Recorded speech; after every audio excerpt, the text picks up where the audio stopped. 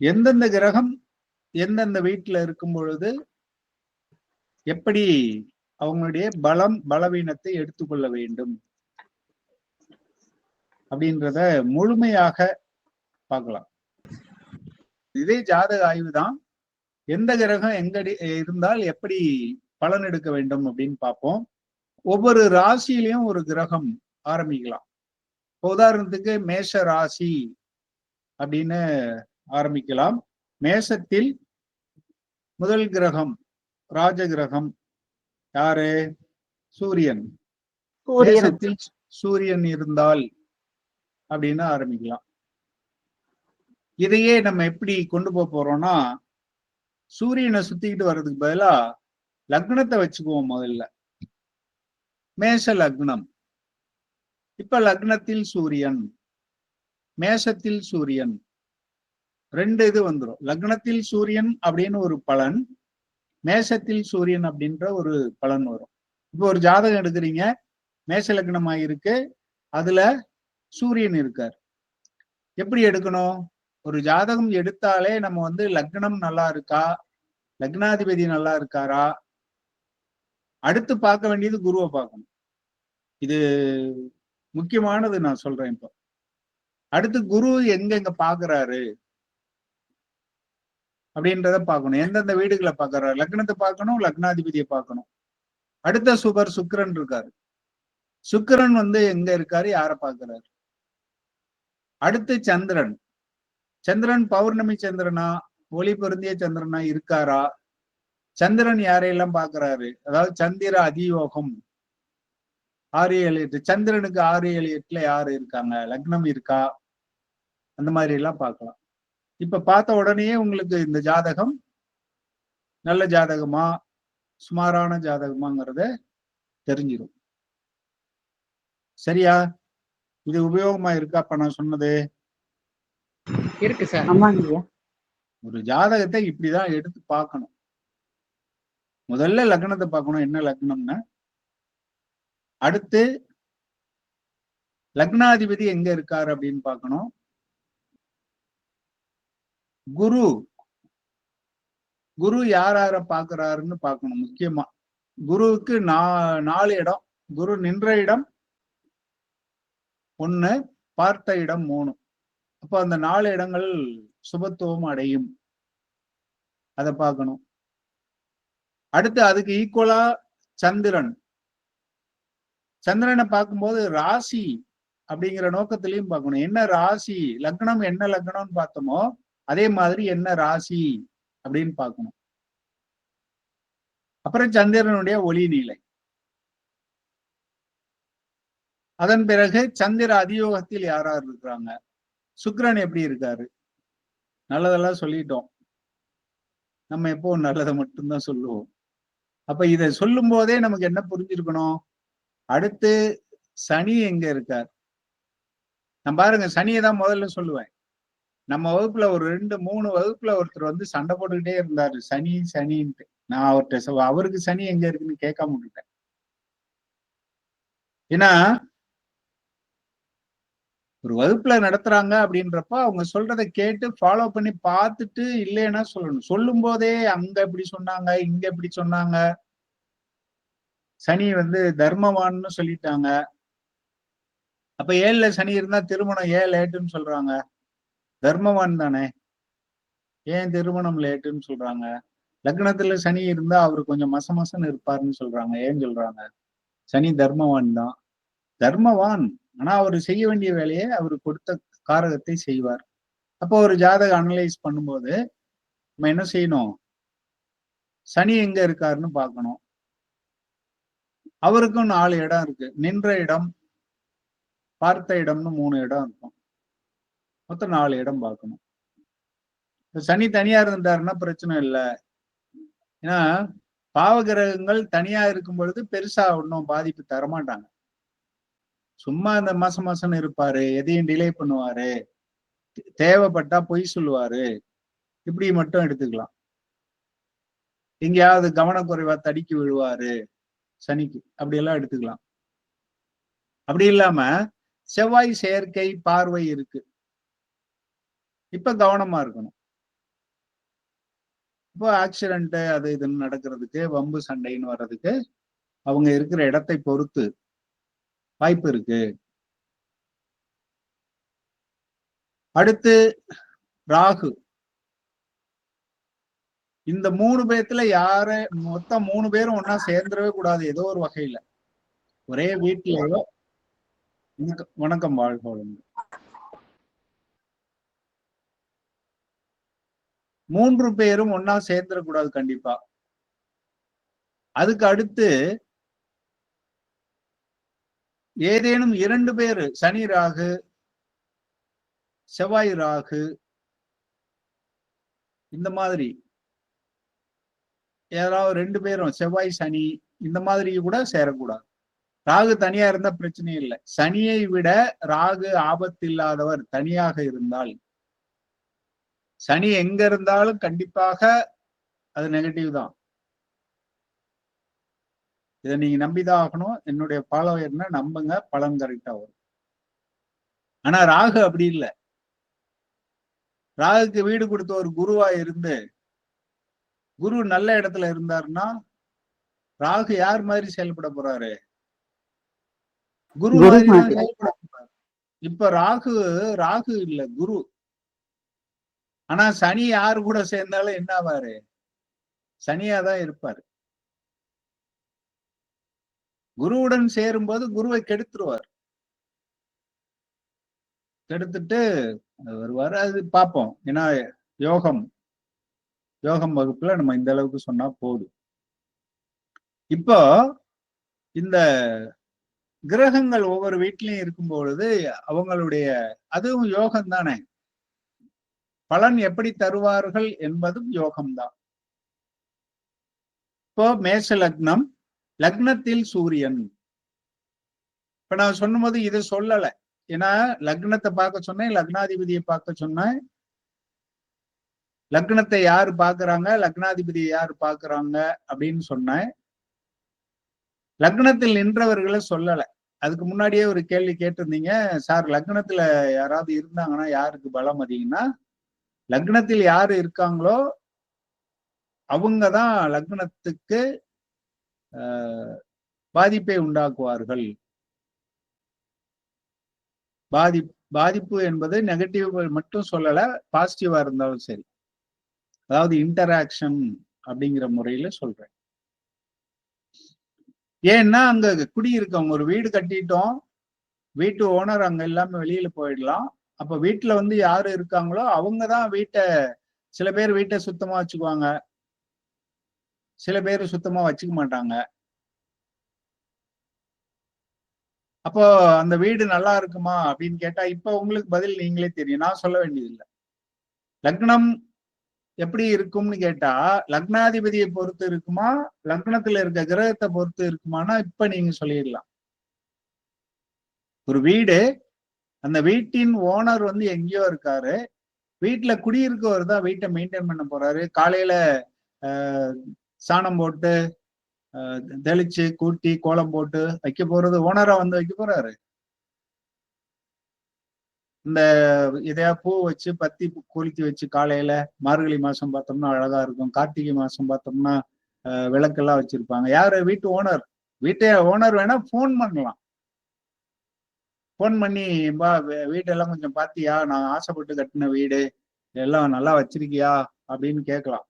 ஆனா செய்ய போறது அங்க இருக்கிறவங்க தான். இதை புரிஞ்சுக்கிட்டாலே இந்த மாதிரி நடைமுறை வாழ்வியலோடு ஒப்பிட்டு பார்த்தாலே ஜாதகம் பலனடைதல் ஈஸியாக இருக்கும். அப்போ லக்னத்தில் இருக்க கிரகம்தான் லக்னத்தில் தாக்கத்தை, இந்த வார்த்தை சரியா இருக்கும், பாதிப்பை என்பதை விட லக்னத்தின் மீது தாக்கத்தை ஏற்படுத்தும். இப்ப பாருங்க இந்த ஜாதகர் எப்படி இருப்பாரு, சூரியன் இருக்கிறதுனால சூரியனுடைய பண்புகள் எல்லாம் இருக்கும். சூரியனுடைய பண்புகள் எல்லாம் இந்த ஜாதகருக்கு இருக்கும். சார் சூரியனுடைய பண்புகள்னு சொல்லிட்டீங்க அப்படின்னா அடுத்து எப்படி எடுக்கணும்னா, இந்த லக்ன அதிபதிக்கு அந்த வீட்டை அவர் எப்படி வச்சுக்குவாருன்னு கேட்டா, ஹவுஸ் ஓனரும் குடியிருக்கவரும் நண்பர்களா இருந்தாங்கன்னு வச்சுங்க, ஹவுஸ் ஓனர் ஒரு உரிமையோட சொல்லுவாரு, டேய் நான் வாடகைக்கே விட மாட்டேன், உனக்குனாலதான் நான் வாடகைக்கு விட்டுருக்கேன், ஒழுங்கா பாத்துக்க வீட்டை அப்படின்னு சொல்லுவார். இவரும் நண்பர் வீடு தானேன்னு ஆர்வத்துல சில டைம்ல என்ன பண்ணுவா, சின்ன சின்ன ரிப்பேர் ஒர்க் எல்லாம் கூட என்ன செய்வாங்க, தானே கூட செலவு பண்ணுவாங்க. அப்புறம் ஃப்ரெண்டு கிட்ட வாங்கிக்கலாம் அப்படின்னு நினைச்சு. அப்போ ஒரு நட்பு கிரகம் அந்த வீட்டுல இருக்கும் பொழுது அதனுடைய செயல்பாடுகள் தாக்கம் ஒரு மாதிரியாக அல்லது நல்ல விதமாக இருக்கும். இப்ப மேசத்தை பொறுத்த வரையிலும் சூரியன் செவ்வாய்க்கு நட்பு கிரகம். அப்ப சூரியன் இருக்கும்போது ஒரு நல்ல விதமான பலனை சொல்லலாம். மேசத்தில் சூரியன். அது சரி சார், இவரு சுபரா பாவரா? அடுத்தது முதல்ல லக்னாதிபதியும் அவரும் நண்பரான்னு பார்த்திடணும். அதன் பிறகு இவரு வந்தவர் நல்லவரா? அவரு வேணா ஹவுஸ் ஓனருக்கு ஃப்ரெண்டா இருக்கலாம். அவன் ஃப்ரெண்டு தான்டா, இருந்தாலும் ஒரு மார்க்கமான ஆளு அப்படின்னு சொல்றாங்கன்னு வச்சுக்கோங்க. அது மாதிரி அப்போ சூரியன் எப்படின்னா பாதி சுபர், இப்ப பாதி பாவர். என்ன பாவர்? இவரு அதிகாரம் இருக்கும், ஹெல்ப் பண்ணுவாரு, புகழ் மிக்கவர். இப்போ ஒரு பெரிய ஆபீசர் அவர் வீட்டுல குடியிருக்காருன்னு வச்சுங்க, இது ஹவுஸ் ஓனருக்கே பெருமை. எங்க வீட்டுல டிஎஸ்பி குடியிருக்காரு தெரியுமா,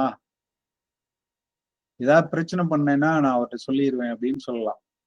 எப்பவும் ஹவுஸ் ஓனர் சொல்லி மிரட்டுறது ஒண்ணு உண்டு. இது யார் வீடு தெரியுமா, நான் ஹவுஸ் ஓனர்கிட்ட சொல்லிடுவேன்னு சொல்ல வேண்டி இருக்கும் சமயத்துல. ஆனா இப்ப சூரியன் இருக்காருன்னா அங்க ஒரு அதிகாரம் இருக்கிறது, அப்படி எடுக்கணும். அதெல்லாம் நன்மை. ஒளி கிரகம் அப்படிங்கிறது ஒரு நன்மை. ஆனா வெப்பம் தாங்க முடியாது, உடல் சூடு, தலை சூடு, அப்பப்ப வெப்பம் சார்ந்த தொந்தரவுகள் இருக்கும். அதிகாரம், இப்ப சூரியன் நல்லா உச்சமா வேற இருக்காரு.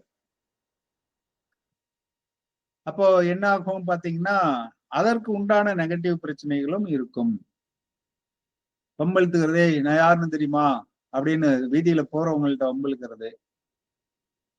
போறவன் சார் காலையில வாசு தெளிக்கிறேன்னு தண்ணியை நிறைய ஊத்தி விட்டுருக்காங்க, இந்த பக்கம் போக முடியல சார் அப்படின்னு சொன்னா, நான் யாரு தெரியுமா அப்படின்னா அடுத்த நாள் என்ன பண்ணுவான், போகும்போது ஒரு கல்லை தூக்கி போட்டு போகலாம் இல்லையா அந்த பக்கம் போறவங்க.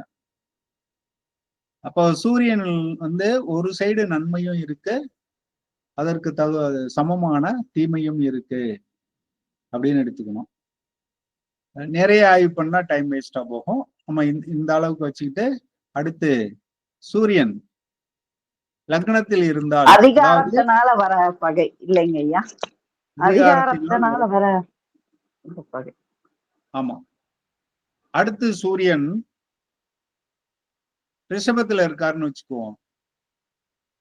இப்போ லக்னத்துல இருக்கும்போது அவரு ஜாதகரை பாதித்தார்.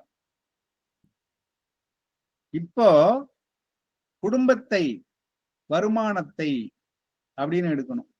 இப்ப நட்பு வீட்டுல இருக்காரா பகை வீட்டுல இருக்காரான்னு பாத்தீங்கன்னா சூரியன் பகை வீடு, சுக்கிரன் சூரியன் பகை வீட்டுல இருக்காரு. மேஷத்துல இருந்ததை விட பகை வீட்டுல ஒரு கிரகம் இருக்கும்போது எப்படி பலன் தரும், ஏன் அப்படின்னா நான் முன்னாடியே சொல்லியிருக்கேன். ஒருத்தர் ஜாலியா இருந்தாருன்னா, இப்போ ரொம்ப சிம்பிளா சொல்லணும்னா அன்னைக்கு தேட்டர் கதையை சொன்னேன். இப்ப பஸ்ல போயிட்டு இருக்கோம், ஒரு சின்ன வயசு கல்லூரி மாணவன் வச்சுக்குவோம், பஸ்ல போயிட்டு இருக்கான். போகும்போது கிளாஸ்மேட் அவன் விரும்புற பொண்ணுங்கள்லாம் அங்கு உட்கார்ந்து இருக்காங்க. அப்போ கொஞ்சம் ஜாலியா இருப்பான், அவன் மனநிலை கொஞ்சம் நல்ல மனநிலையில இருப்பான். அந்த நேரத்துல நம்ம அப்படி நகர்ந்து போய் அவன் காலை மிதிச்சோம்னு வச்சுங்க, நம்ம சாரி கேட்டோம்னா மத்த நேரம்னா அவன் என்ன செய்யலாம், கோபத்துல ஐயோ கண்ணு தெரியலையான்னு கேட்கலாம். ஆனா பொண்ணுங்க இருக்கும்போது அவன் என்ன சொல்லுவான், ஐயா நீங்க பெரியவங்க, நீங்க எல்லாம் போய் சாரி கேட்கலாமா ஐயா அப்படின்பா இல்லையா. அப்ப சந்தோஷமா இருக்கும் பொழுது அவங்க நடவடிக்கை நல்லா இருக்கும். அப்ப நட்பு வீட்டுல இருக்கும் பொழுது அவங்க தருகின்ற பலனுக்கும் பகை வீட்டுல இருக்கும் பொழுது ஒரு கிரகம் தருகின்ற பலனுக்கும் வித்தியாசம் இருக்கும். இப்ப சூரியன் முன்னாடியே அவரு பாவர், பாதி பாவர்னு சொல்லிட்டு இருக்கோம். அவருக்கு உண்டான அதிகாரம், புகழ் இது எல்லாம் எங்க இருந்தாலும் கிடைக்கும். இப்போ லக்னத்துக்கு 2ல இருக்கிறதுனால வருமானம் வந்து அரசு வருமானம், தந்தை வருமானம் இப்படி எல்லாம் இருக்கலாம். ஆனா அதே நேரத்துல பகை வீட்டுல இருக்கிறதுனால இதனுடைய நெகட்டிவ் சைடு வந்து சரியா இருக்காது. இன்னும் கொஞ்சம் அதிகமா, அதாவது மேஷத்தில் இருக்கும் பொழுது அவர் செஞ்ச நெகட்டிவை விட ரிஷபத்தில் இருக்கும்போது அதிக நெகட்டிவை செய்வார் அப்படின்னு புரிஞ்சுக்கணும். அடுத்து மிதுனத்துக்கு கொண்டு வந்துருவோம். மிதுனத்தில் சூரியன் என்ன செய்வார்? மிதுனம் அவருக்கு நட்பு வீடா பகை வீடா? அவருக்கு பகை, புதனுக்கு வந்து நட்பு. ஆமா, அவருக்கு வந்து சமம்னு எடுத்துக்கலாம். பகை என்ற அளவுக்கு எடுக்க வேண்டியதில்லை, சமம்னு எடுக்கலாம். அப்படிதான் சொல்லியிருந்தேன் நானு, ஞாபகப்படுத்தி பாருங்க. அதாவது புதனுக்கு வந்து சூரியன் அதிநட்பு, ஆனா சூரியனுக்கு புதன் நட்பு மட்டும், பெரிய நட்பு கிடையாது. அப்போ இங்க இருந்த மாதிரி, எங்க ரிஷபத்துல இருந்த மாதிரி அங்க இருக்க மாட்டாரு, இன்னும் கொஞ்சம் கம்ஃபர்டபுளா இருப்பாரு, பெரிய பாதிப்பை தரமாட்டார் அப்படின்னு எடுத்துக்கலாம். இப்ப சூரியன் சார்ந்து 3ஆம் பாவத்துக்கு என்னென்ன நன்மைகள் வருமோ அது சார்ந்து 3ஆம் பாவகத்திற்கு என்னென்ன நன்மைகள் வருமோ அந்த நன்மைகள் எல்லாம் கிடைக்கும். பாதகம் எங்க பாதிப்பு வரும்? அவருக்கு தொண்டையில புண்ணு வரலாம். சூரியன்கிறது வெப்பம் தானே. 3ஆம் பாவத்தை குறிக்கக்கூடிய தொண்டை, கை, இதுல எல்லாம் கொப்புளங்கள், புண்ணு இதெல்லாம் வரலாம், வெப்பம் சார்ந்தது. சூரியன்கிறது வெப்பம்ங்கிறப்போ ஒரு கரண்ட்ல அவர் கையை வச்சுக்கலாம், அந்த மாதிரி எல்லாம் யோசிக்கலாம். இன்னும் நிறைய எடுத்தோம்னா இது காற்று வீடு அப்படி எல்லாம் போகணும், அந்த அளவுக்கு வேண்டாம். அடுத்து கடகம். கடகத்துக்கு வந்துட்டா மேஷ லக்னத்துக்கு கடகம் 4வது வீடு. 4வது வீடு அப்படின்னா 4ஆம் பாவம் தாய். இப்ப நம்ம எப்படி இத சொல்லலாம் அப்படின்னா, சந்திரன் வந்து நட்பு தான் அவருக்கு, அதனால நட்பு வீட்டுல இருக்காரு. 4ல இருக்கும் பொழுது தாயார் வந்து அதிகார குணம் இருக்கும் தாயாருக்கு அப்படின்னு எடுத்துக்கலாம். 3ல இருக்கும்போது சகோதரனுக்கு அந்த அதிகார குணம் இருக்கும் எடுத்துக்கணும். மிதுனத்துல அவர் இருக்காரு, மேஷ லக்னம் என்பதனால மிதுனத்தில் 3வது பாகம் இளைய சகோதரம். இளைய சகோதரத்துக்கு அந்த சூரியன் சார்ந்த அதிகார குணம், ஆளுமை, ஹெல்ப் பண்றது இதெல்லாம் இருக்கும் அப்படின்னு எடுத்துக்கணும். இங்க வரும்போது மேஷ லக்னத்திற்கு கடகம் 4ஆம் பாவகம் தாய். சூரியனால் கிடைக்கக்கூடிய அதிகார குணம், புகழ் எல்லாம் இருந்தாலும் தாய்க்கு வந்து வெப்பம் சார்ந்த நோய் பாதிப்புகள் இருக்கும் அப்படின்னு எடுத்துக்கலாம். அடுத்து சிம்மம். சிம்மத்துல அவர் ஆட்சியாக இருப்பார். எப்பவும் ஆட்சி வீடுகள்ல நல்லது செய்வாங்க. பாவகிரகங்கள், முழு பாவகிரகங்கள் ஆட்சியாக இருக்கக்கூடாது. ஏன்னா ஒரு கெட்டவன்கிட்ட பவர் கொடுத்தோம்னா கொஞ்சம் சிரமம், ஏன்னா அவன் கெட்டதை மட்டும்தான் செய்வான். ஆனா சூரியன் வந்து முழு பவர் இல்லை, அதனால அவர் ஆட்சியாக இருக்கலாம். கொஞ்சம் இன்னும் மற்ற இடத்துல எல்லாம் இருந்ததை விட இங்க கொஞ்சம் அதிகமான அதிகார தொனி இருக்கும் அப்படின்னு எடுத்துக்கணும். மேஷ லக்னத்திற்கு 5ஆம் பாவம் அப்படின்றதுனால குழந்தை, கண்டிப்பா ஆண் குழந்தைன்னு சொல்லலாம். சனி சேர்க்கை பார்வை இல்லாதப்போ நீங்க குழந்தை ஆணா பெண்ணான்னு கண்டுபிடிக்கிறதுக்கு நான் சொல்லிக் கொடுத்த முறையை பயன்படுத்துங்க. 90% சரியாக இருக்கும். 90% கண்டிப்பாக சரியாக இருக்கும். இது குரு பார்வையும் இருந்துச்சுன்னா கண்டிப்பா ஆண் குழந்தைன்னு சொல்லலாம். மேஷ லக்னம் சிம்மத்தில் சூரியன் ஆட்சியாக இருந்தார்னா கண்டிப்பா முதல் குழந்தை ஆண் குழந்தை. ஆண் குழந்தை கண்டிப்பாக இருக்கும் அப்படின்னு எடுத்துக்கலாம். வேற மாற்றங்கள்லாம் இருந்துச்சுன்னா குறைஞ்சபட்சம் 2வது குழந்தையாவது ஆண் குழந்தை இருக்கும். அதாவது எப்போ அப்படின்னா சனி பாக்குது, செவ்வாய் பாக்குது அப்படின்லாம் இருந்தா அந்த நேரத்துல முதல் குழந்தை பெண்ணாயிட்டு 2வது குழந்தை ஆண் குழந்தையா இருக்கலாம். கண்டிப்பாக ஒரு ஆண் குழந்தை உண்டு அப்படின்னு எடுத்துக்கலாம். அதிகாரம் கொஞ்சம் அதிகமா இருக்கும். குழந்தைக்கு சூரியனுடைய பண்புகள்லாம் இருக்கும் அப்படின்னு எடுக்கணும். அடுத்து கன்னியில் சூரியன். சூரியன் இது நட்பு வீடுதான். இருந்தாலும் மேஷ லக்னத்திற்கு 6ஆம் பாவம் 6ல சூரியன் இருக்கிறது. இத அடுத்த லெவல்ல யோசிச்சோம்னா 5ஆம் அதிபதி 6ல் இருக்கிறார் அப்படின்னு யோசிக்கணும். 5ஆம் அதிபதி பொதுவா திரிகோண அதிபதிகள். அவங்க யோகக்காரர்கள் தான். யோகக்காரகன் போய் ரோகஸ்தானத்துல இருக்கிறது கொஞ்சம் அவ்வளவு நல்லது இல்லை. நோய் நொடிகள், வெப்பம் சார்ந்த நோய்களை தரலாம். தசாபுத்தி வர்றதை பொறுத்து அப்படி இருக்கும். சூரியனுடைய ஆதிக்கம் கொஞ்சம் குறையும். ஏன்னா லக்னத்திற்கு சூரியன் மறைகிறார். லக்னத்திற்கு சூரியன் 6ல் மறைகிறார். அதனால கொஞ்சம் அவருக்கு அந்த அதிகாரம் பண்புகள் எல்லாம் குறைவா இருக்கும் அப்படின்னு எடுத்துக்கலாம்.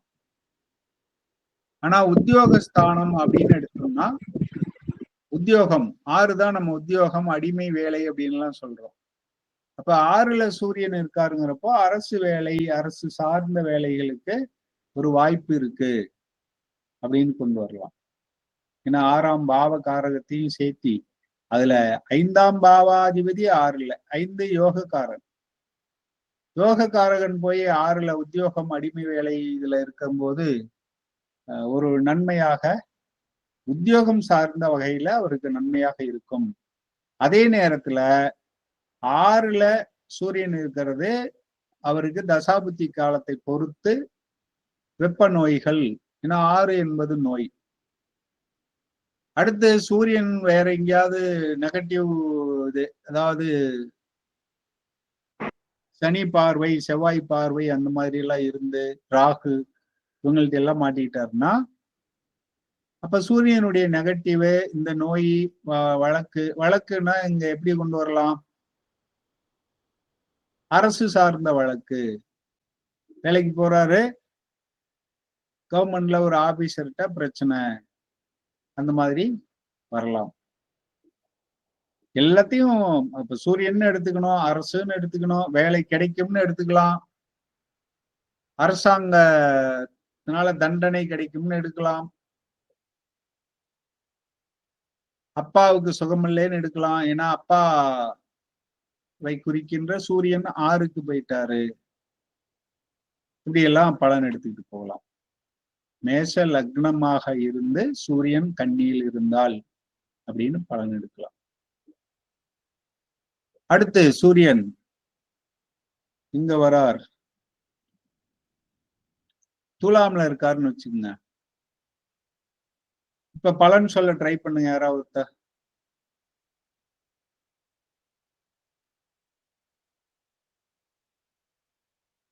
பலன் சொல்ல ட்ரை பண்ணுங்கள். சார் சூரியன் நீச்சம். சார் சூரியன் நீசம். மனைவியுடன் கருத்து வேறுபாடு இருக்கும் சார். மனைவியுடன் கருத்து வேறுபாடு. ஏன் கருத்து வேறுபாடு? பகை வீடுல சார். சார் மனைவி ஆதிக்கமா இருப்பாங்க சார் கணவரோட, இவங்க கை ஓங்கி இருக்கும் அப்படி இருக்கலாம். அதுவும் எடுத்துக்கலாம். மனைவிக்கு வெப்பம் சார்ந்த பிரச்சனைகள் இருக்கலாம். அடுத்து 7ல இருந்தாருன்னா அவர் எங்க பாப்பாரு? லக்னத்தை பாப்பார். அப்போ 7ல் இருக்கும் பொழுது ஜாதகருக்கும் அந்த சூரியன் சார்ந்த இது இருக்கும். சூரியன் நீசமா இருக்காரு அப்படிங்கிறப்போ ஒரு நெகட்டிவ் தான் எடுக்கணும். அதே நேரத்துல அவர் குரு பார்வை மத்த ஏதாவது வாங்கிட்டாருன்னா பிரச்சனை இருக்காது. அப்படி இல்லாம அவர் நீச்சமாவும் இருந்து சனி பார்வை அந்த மாதிரி ஏதாவது இருந்துச்சுன்னா அப்போ இன்னும் நெகட்டிவ் அதிகமாகும் அவருடைய குணம். ஏன்னா உடம்பு சரியில்லாம இருக்காரு. நீச்சம் என்பது உடல்நல குறைவுன்னு எடுத்துக்குவோம். உடம்பு சரியில்லாம இருக்கவங்க சும்மா சும்மா போயிட்டு நம்ம எப்படிங்க இருக்கு அப்படின்னா, ஐயோ நீ வராட்டியாவது பரவாயில்ல, ஏயா வந்து சும்மா சும்மா என்னை எதையாவது கேட்டுக்கிட்டே இருக்க, தயவு செஞ்சு இந்த பக்கம் வராதேன்றோம். ஹாஸ்பிட்டல்ல இருக்கவரை நம்ம போய் பார்த்து ஏங்க நல்லா இருக்கீங்களான்னு சும்மா சும்மா கேட்டா வருத்தப்படுவாங்க இல்லையா? போதரோட கேட்டா சந்தோஷப்படுவாங்க. அது மாதிரி நீச்ச கிரகம் ஒரு நெகட்டிவை அதிகமாக செய்யக்கூடிய குணம் இருக்கு. ஜாதகருக்கு தலையில பிரச்சனை இருக்கும் எடுத்துக்கலாம் சார். ஜாதகருக்கு தலையில் சூரியன் தலையை குறிக்கிறதுனால, தலை நீச்சமா இருக்கிறதுனால அப்படியும் எடுக்கலாம். அது இல்லாம தலை இது லக்னத்துல சூரியன் இருக்கும் போதே நம்ம சொல்லியிருக்கலாம். தலை வந்து உஷ்ணம் சார்ந்த பிரச்சனைகள் அப்படின்னு எடுக்கலாம். இப்பவும் எடுக்கலாம். இப்ப தலையை குறிக்கின்ற காரக கிரகம் நீச்சம் அடைஞ்சதுனால அதையும் எடுக்கலாம். வேற ஏதாவது சொல்லலாமா? இது பகை வீடு சொல்லிட்டீங்க. பார்வை எங்க பார்க்குமோ அதுக்கு தகுந்த மாதிரி சொல்லணும். இங்க மட்டும்தான் பார்வையை சொன்ன லக்னத்தை பார்க்குதுன்ட்டு மற்ற வீடுகள்ல இருக்கும்போது எங்க பாக்குறாரோ அதையும் சேர்த்து எடுத்திருக்கணும் நம்ம. வாழ்க்கை சார் மிதுனத்துல இருக்கும்போது தைராய்டு இருக்கும்னு எடுக்கலாமா சார்? மிதுனத்தில் இருக்கும் பொழுது தொண்டை சார்ந்த பிரச்சனைகள். ஆனா தைராய்டுன்னு எடுக்க முடியாது. ஏன்னு சொல்லுங்க.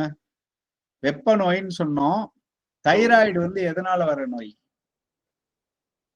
தைராய்டு ஹார்மோன் அப்படின்னு சொல்லுவாங்க. T1 T2 T3 அப்படின்னு சொல்லுவாங்க. ஹார்மோன். ஹார்மோனை குறிக்கக்கூடிய கிரகம் எது?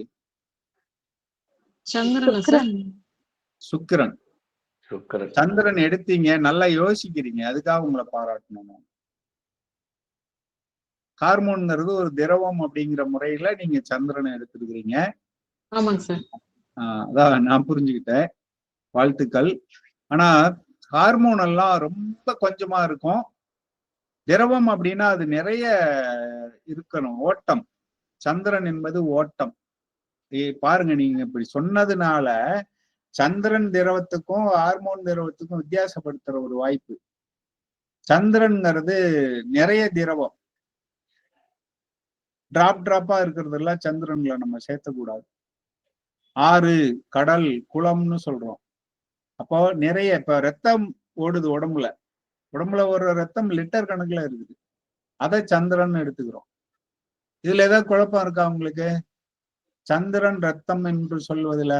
ஏன்னா ரத்தம்னாவே செவ்வாய்ன்னு மனசுல பதிஞ்சு இருக்கும் சிலருக்கு.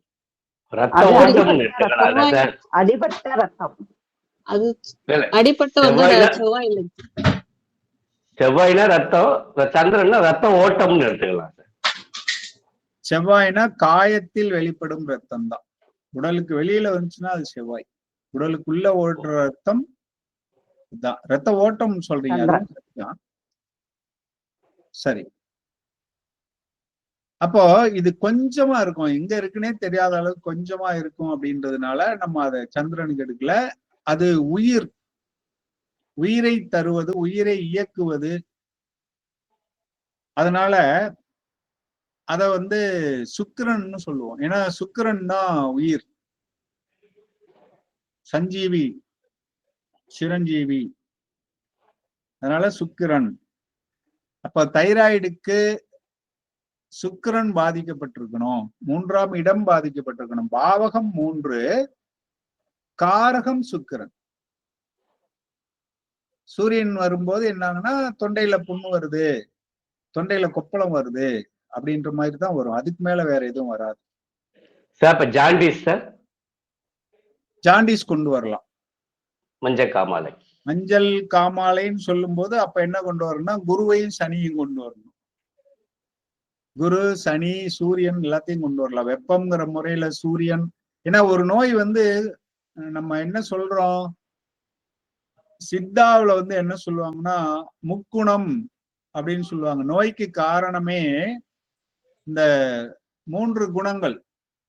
3 குணம் வந்து பேலன்ஸ்டா இருக்கணும். வாதம், பித்தம், கபம் 3 சரியா இருக்கணும்.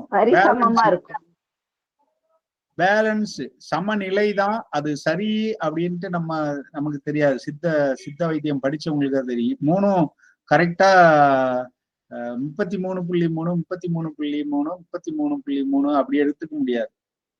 அப்படி இருக்கலாம், நமக்கு தெரியாது. அது எது எவ்வளவு இருக்கணும் என்பது கணக்கு இருக்கும். ஆனா சமநிலையில் இருக்க வேண்டும் அப்படிங்கிறது கரெக்டா இருக்கும். சமநிலை, சமம் வேற, சமநிலை வேற. கெமிஸ்ட்ரியில யோசிச்சீங்கன்னா சமநிலை என்பது வேறேன்னு தெரியும். தோராயமா சொல்லலாம். சமம், சமநிலை. அப்ப சமநிலையில இருக்கணும். இந்த வாதம், பித்தம், கபம் சமநிலை மாறுச்சுன்னா நோய் வரும். அதை வச்சு நம்ம நோய் அறிதல் ஜாதகத்துல அதையும் கொண்டு வரலாம். எந்த கிரகம் வாதம், பித்தம், கபம் அப்படின்ட்டு.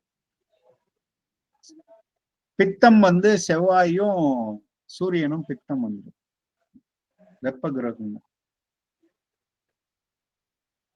அடுத்து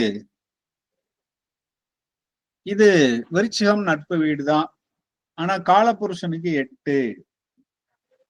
காலபுருஷனுக்கு 8. அதை நல்லா யோசிக்கணும். நம்ம 8ல விருச்சிகத்துல எந்த கிரகம் இருந்தாலும் அதனால ஒரு பாதிப்பு இருக்கும் அப்படின்னு ஜென்ரலா சொல்லுவாங்க. அது ஏன் என்று யோசிச்சோம்னா காலபுருஷனுக்கு 8. நம்ம பொதுவா சொல்லும் போது எங்க காலபுருஷனுக்கு 8ல இருந்தா இந்த ஜாதகருக்கு என்னங்க பிரச்சனை அப்படின்னு தோணும் மனசுல. நம்ம அதை முன்னாடி அடிப்படை வகுப்புலயே சொல்லியிருக்கோம். என்ன சொல்லியிருக்கோம்னா, காலபுருஷனுக்கு பாதிப்பு அப்படின்னா ஒரு நாட்டுக்கு பாதிப்புங்கிற மாதிரி புரிஞ்சுக்குவோம். ஒரு நாட்டுல பஞ்சங்கிறப்போ ஒரு நாட்டுல டிமாண்ட் வரும். குறிப்பிட்ட பொருள் உற்பத்தி இருக்கலாம், விவசாய பொருட்கள் உற்பத்தி குறைவா இருக்கலாம். என்னதான் கோடீஸ்வரனா இருந்தாலும் எவ்வளவு காசு கொடுத்தாலும் விவசாயி கொண்டு வந்து கொடுத்தாதானே. விவசாயமே ஒண்ணுமே விளையில, அந்த சூழ்நிலையில போயிட்டு எவ்வளவு காசு கொடுத்தாலும் நமக்கு கிடைக்காம போகலாம். அப்போ காலபுருஷனுக்கு பாதிச்சாலும் ஒரு நாட்டில் பாதிப்பு இருந்தால் ஒவ்வொரு பிரஜையையும் பாதிக்கும். என்ன கொஞ்சம் வசதியானால கொஞ்சமா பாதிக்கும், வசதி இல்லாதவங்கள ரொம்ப பாதிக்கும்.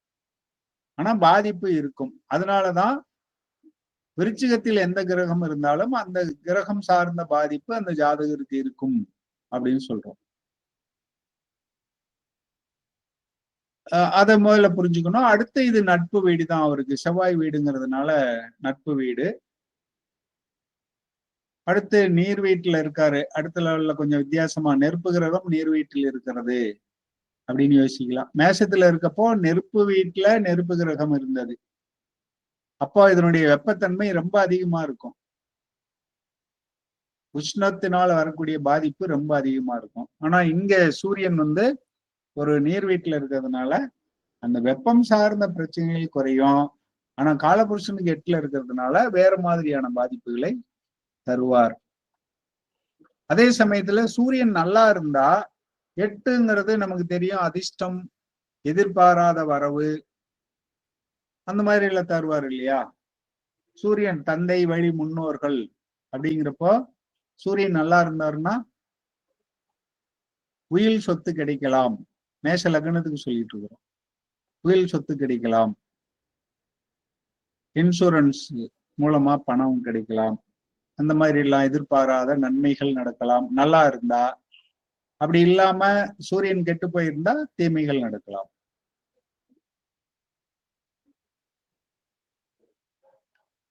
தனுசுல இருக்காரு. தனுசு சூரியனுக்கு நட்பு வீடுதான். இப்ப கொஞ்சம் அப்படியே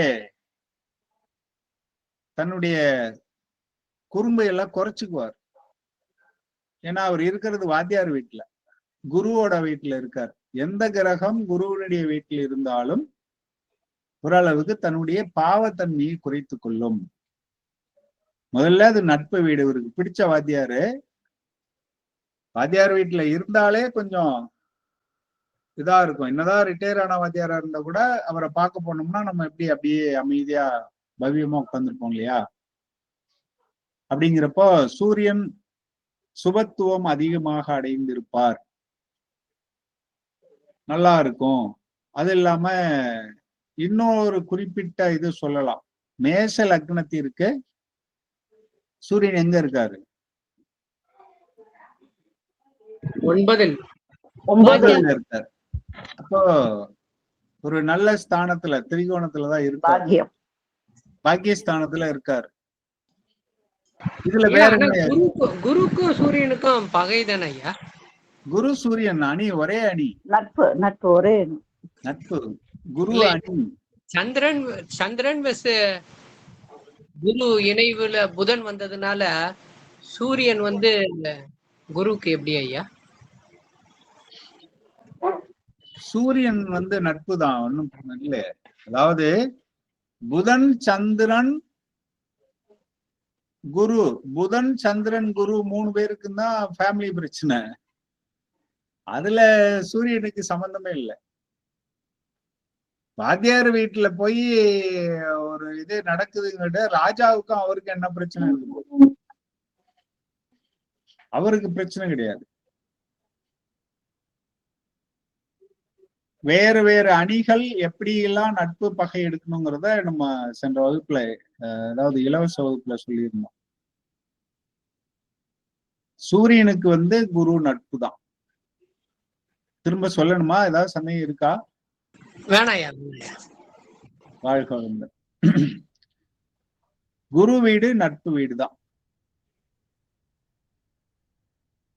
சரி, வேற கேள்வி இருக்கா? இன்னும் ஒண்ணு யோசிக்கணுமே. இந்த பாவகம் மேஷ லக்னத்திற்கு தனுசு எத்தனாவது பாவகம்? 9 சார். 9ஆம் பாவகம். உயிர் உறவு யாரை குறிக்கும்? தந்தை. சூரியன் யாரை குறிப்பார்? தந்தை. அப்ப ஒரு காரக கிரகம் அந்த உறவை குறிக்கும் பாவகத்தில் இருக்கக்கூடாது. காரகோ பாவ நாஸ்தி. ஆமா. ஆனா இந்த சூரியன் மட்டும் இருக்கிறதுனாலயே மொத்தமா அப்படி எடுத்துக்க கூடாது. ஆனா காரகோ பாவனாஸ்தி இருக்குமா அப்படிங்கிறத யோசிக்கணும். காரகோ பாவனாஸ்தி உயிர்காரகங்களை பாதிக்கும். ஒரு குரு பார்வையோ சுக்கிரன் பார்வையோ சேர்க்கையோ இருந்ததுன்னா பாதிக்காது. சனி செவ்வாய் அல்லது 8ஆம் அதிபதி இவங்கெல்லாம் ஏதாவது ஒரு வகையில தொடர்பு வந்துச்சுன்னா பாதிக்கும். அத கொஞ்சம் கவனிச்சுக்கணும். அடுத்து மகரத்துல இருக்காரு. மகரத்தில் சூரியன் பகை வீடு. அடுத்து தன் வீட்டுக்கு 6ஆம் வீடு. அடுத்த லெவல்ல யோசிக்கும் பொழுது தன் வீட்டுக்கு 6ல் இருக்கிறார். தன் வீட்டுக்கு 6ல் இருக்கிறார். 10ஆம் பாவத்தில் இருக்கிறார். 10ஆம் பாவத்தில் இருக்கும்போது சூரியன் என்னன்னு சொல்லுவோம்? உச்சி. உச்சி. உச்சி பாவத்துல இருக்காரு. அது மட்டுமா? திக்பலம்னு ஒண்ணு சொல்லியிருக்கோம்ல. சூரியன் வந்து 10ல் திக்பலம். லக்னத்திற்கு 10ல் திக்பலம். ஆனாலும் மேஷ லக்னத்திற்கு சூரியன் பகை வீட்டுல இருக்காரு. மேஷ லக்னத்திற்கு 10 வந்து மகரம். அங்க சூரியன் திக்பலமாக இருக்காரு. 10னாவே திக்பலம். எந்த லக்னமா இருந்தாலும் அதுக்கு 10ஆம் பாவத்துல சூரியன் இருப்பது திக்பலம். ஆனாலும் இவர் பகை வீட்டுல இருக்காரு. அப்ப ஒரு நெகட்டிவும் இருக்கு, ஒரு பாசிட்டிவும் இருக்கு அப்படின்னு எடுத்துக்கணும். அடுத்து கும்பம் ஏறத்தாழ இதே மாதிரி. ஆனா 11ல எந்த கிரகமுமே ஒன்னும் இது பண்றது இல்ல. இன்னொன்னு முக்கியமா சொல்றேன். பாவ கிரகங்களுக்கு பாதகம் இல்லாத வீடுகள் அப்படின்னா 3, 6, 9, 10. இது நல்லா ஞாபகம் வச்சுங்க. இந்த நம்பர் டக்குன்னு மனசுல பதியணும். ஒண்ணு இருக்கு சொல்லுங்கய்யா. 3 டைப் பண்ணிட்டேன் பாருங்க. சார் டைட்டில் சொல்லுங்க சார். பாவ கிரகங்களுக்கு. பாவ கிரகங்கள் இது ஷேர் ஆயிருக்கா? ஆயிருக்கு சார். 3, 6, 9, 10ல் அவ்வளவு பாதிப்பு தரமாட்டார்கள். 3, 6, 9, 10ல் இருக்கும் பொழுது பெரிய பாதிப்பை தரமாட்டார்கள். 11 எடுத்துக்கலாம். ஏன்னா 11 பொதுவாவே பாதகம் தரமாட்டாங்க. 11 பொதுவாகவே பாதகம் தரமாட்டார்கள். பொது, இதெல்லாம் பொது. அது கிரகத்துக்கு கிரகம் கொஞ்சம் கொஞ்சம் மாறதான் செய்யும். இப்ப நம்ம 10ங்கிறப்ப இங்க என்ன சொன்னோம்? சூரியனுக்கு பகை வீடுன்னு சொன்னோம். அதே சமயத்துல திக்பலம்னு சொன்னோம். உச்சி வீடு. ஆமா, அப்படியெல்லாம் இருக்கும் பொழுது மாறும். இருந்தாலும் பாவ கிரகங்களுக்கு 3, 6, 9, 10, 11 எக்ஸ்ட்ரா சேர்த்திக்கிறோம். கும்பத்துல சூரியன் பகை வீடுதான். ஆனா இங்க இருக்கிறதுல ஒரு விசேஷம் என்னன்னு சொல்லுங்க பாப்போம். பாதக ஸ்தானத்துல மேஷ லக்னத்திற்கு பாதகஸ்தானத்துல இருக்காரு. அதனால தந்தைக்கும் ஜாதகருக்கும் ஒரு உறவுல வித்தியாசம் இருக்கும். தந்தை பாதிக்கப்படலாம், அப்படியெல்லாம் எடுத்துக்கணும். தந்தை பாதிக்கப்படலாம். வேற என்ன? சூரியன் எங்க பாக்குறாரு? தன் வீட்டை பாக்குறாரு. தன் வீட்டை பார்க்கிறார். அது ரொம்ப முக்கியம். ஒரு கிரகம் தன் வீட்டை பார்ப்பது சிறப்பு. முன்னாடியே சொல்லியிருந்தேன் இல்லையா? ஹவுஸ் ஓனர் அப்பப்ப வீட்டை எட்டி பார்த்தாருன்னா அந்த வீடு கொஞ்சம் நல்லா இருக்கும். வீட்டுல குடியிருக்கவங்க எப்படி இருந்தாலும் ஹவுஸ் ஓனர் அடிக்கடி வந்துட்டு போனாருன்னா அந்த வீடு நல்லா இருக்கும். ஹவுஸ் ஓனர் வரேன்ட்டு ஒரு போன் பண்ணிட்டாருன்னு வச்சுக்கோங்க, வீட்டுல இருக்கவங்க இவா அந்த இதெல்லாம் கொஞ்சம் சுத்தம் பண்ணி வை, அவர் அதான் சொல்லுவாரு அப்படின்னு சுத்தம் பண்ணிடுவாங்க. சோ இப்படி புரிஞ்சுக்கலாம். ஏன் ஒரு கிரகம் தன் வீட்டை பார்ப்பது நல்லது அப்படின்னு சொல்றாங்கன்னா இதுதான் காரணம். ஏன்னா ஹவுஸ் ஓனர் வராருன்னா வீட்டுல குடியிருக்கவங்க வீட்டை நல்லா வச்சுக்குவாங்க அப்படிங்கிற முறையில. அப்போ இங்க ஒரு நெகட்டிவ், கும்பம் சூரியனுக்கு ஆகாத வீடு என்று இருந்தாலும் அது நெகட்டிவே. சனி வீடு என்பது ஒரு பகை வீடு, பாதகத்தில் இருக்கிறது அப்படிங்கிற ஒரு நெகட்டிவ், இதெல்லாம் இருக்கு. அதுக்கு தகுந்த மாதிரி இதையெல்லாம் சேர்த்தி பலன் எடுக்கணும். அடுத்து மீனம் நட்பு வீடு, சூரியனுக்கு நட்பு வீடு, லக்னத்திற்கு 12. இப்போ தந்தையினுடைய உறவு, தந்தைகிட்ட இருந்து கொஞ்சம் பிரிஞ்சு இருக்கிற மாதிரி, தந்தை விரயம், தந்தையால் விரயம், தந்தைக்கு விரயம். அதாவது தந்தை விரயம்னா தெரியும், தந்தை நம்மகிட்ட இருந்து பிரிஞ்சு போறது. விரயம்னா அந்த லெவல்ல யோசிச்சா போதும். அவரே இல்லாம போயிடுவாரானா இன்னும் நிறைய காரகங்களை யோசிக்கணும். ஏன்னா பாவகம் 9ஆம் பாவகத்தை எல்லாம் பார்க்கணும். அடுத்து தந்தைக்கு விரயம் அப்படின்னா தந்தைக்கு இழப்பு ஏற்படலாம். அவரு ஒரு பிசினஸ் பண்ணலாம், அந்த பிசினஸ்ல அவருக்கு இழப்பு வரலாம். அது தந்தைக்கு விரயம். தந்தையால் விரயம், தந்தைக்கு உடம்பு சரியில்லாம போய் ஜாதகத்துல ஆஸ்பத்திரி செலவு வரலாம். அல்லது தந்தை எங்கேயாவது கடன் வாங்கி வச்சிருவாரு, இவர் மகனோ மகளோ கட்ட வேண்டி வரலாம், ஜாதகர் அதை செய்ய வேண்டி வரலாம். இப்படி யோசிக்கணும். இப்போ ஒரு சுத்து முடிச்சிருக்கிறோம். தன் பாவத்துக்கு 8ல மறையுது சார். தன் பாவத்துக்கு 8க்கு மறையுது. இப்படி எல்லாம் யோசிக்கலாம். வாழ்க வளமுடன்.